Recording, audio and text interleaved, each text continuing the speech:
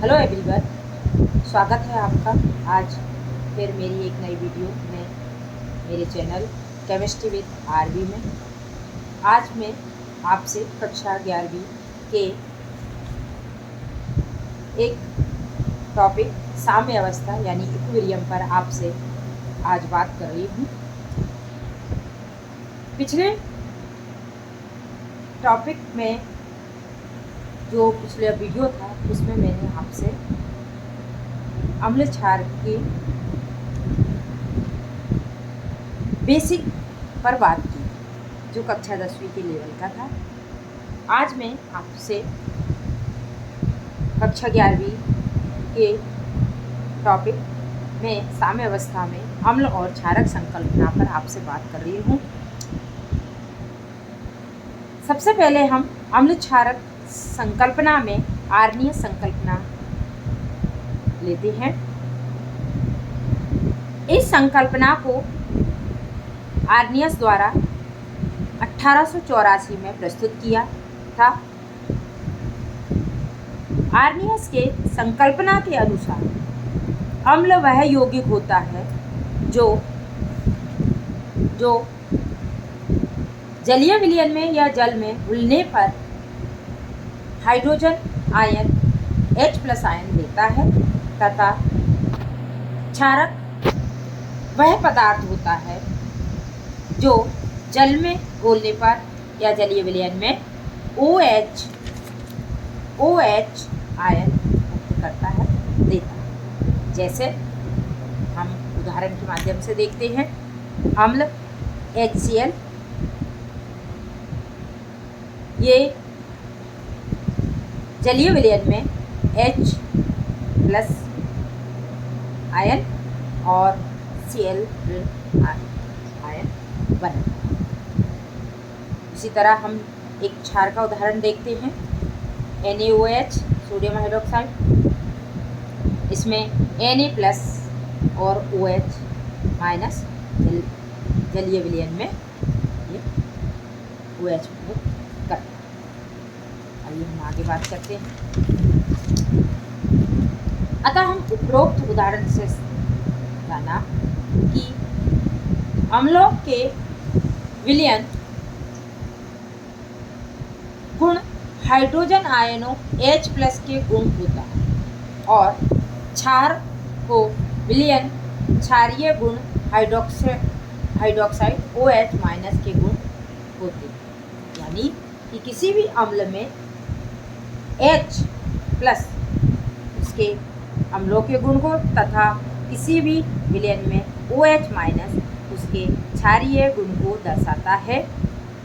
जल में विलय क्षारक को हम क्षार या एल्कली कहते हैं।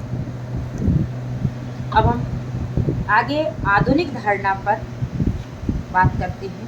तो आधुनिक धारणा के अनुसार अम्ल के जलीय विलयन में H+ मुक्त अवस्था में नहीं रहते। यानी जब हमने जो पिछला उदाहरण लिया था हम इस पे बात करते हैं। जैसे हमने HCl को जल में घुला तो इसने इस तरह से हाइड्रोजन आयन ये किस तरह से यानी HCl H+ आयन और Cl मुक्त किया जो कि जल में था और इस H+ ने इस जल के साथ में रिएक्ट किया और H3O+ आयन यानी हाइड्रोनियम आयन बना। और अम्ल जो जल में अल्प मात्रा में आयनित या घुल जाते हैं और घुलकर H+ आयन देते हैं यानी अल्प मात्रा में घुलते हैं, वह दुर्बल अम्ल कहलाते हैं। जैसे CH3COH एसिटिक एसिड। वहीं हम प्रबल अम्ल की बात करते हैं तो जो अम्ल पूरी तरह से आयनित हो जाते हैं या पूरी तरह से घुल जाते हैं वह प्रबल अम्ल कहलाते हैं। जैसे HCl HNO3 प्रबल अम्ल के उदाहरण हैं। ये आगे बात करते हैं।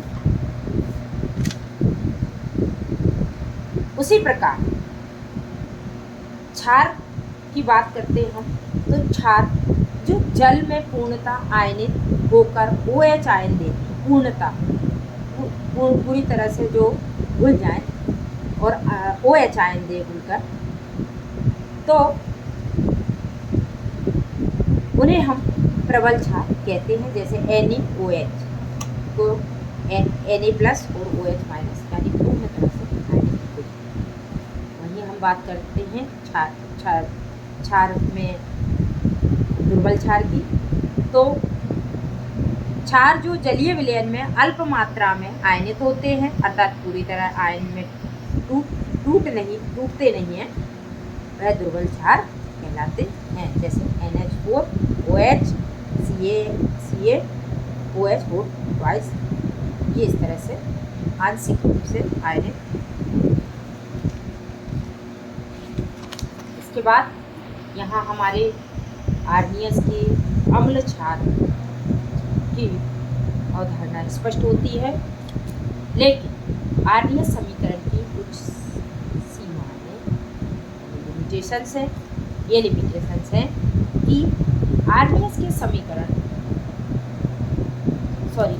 आर्नियस का संकल्पना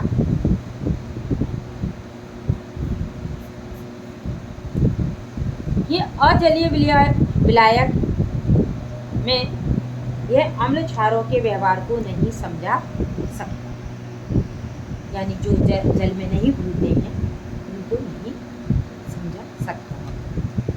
और वहीं पर दूसरा है, ये विलायक की अनुपस्थिति में उदासीनीकरण की क्रिया नहीं समझा सकते हैं। Thank you.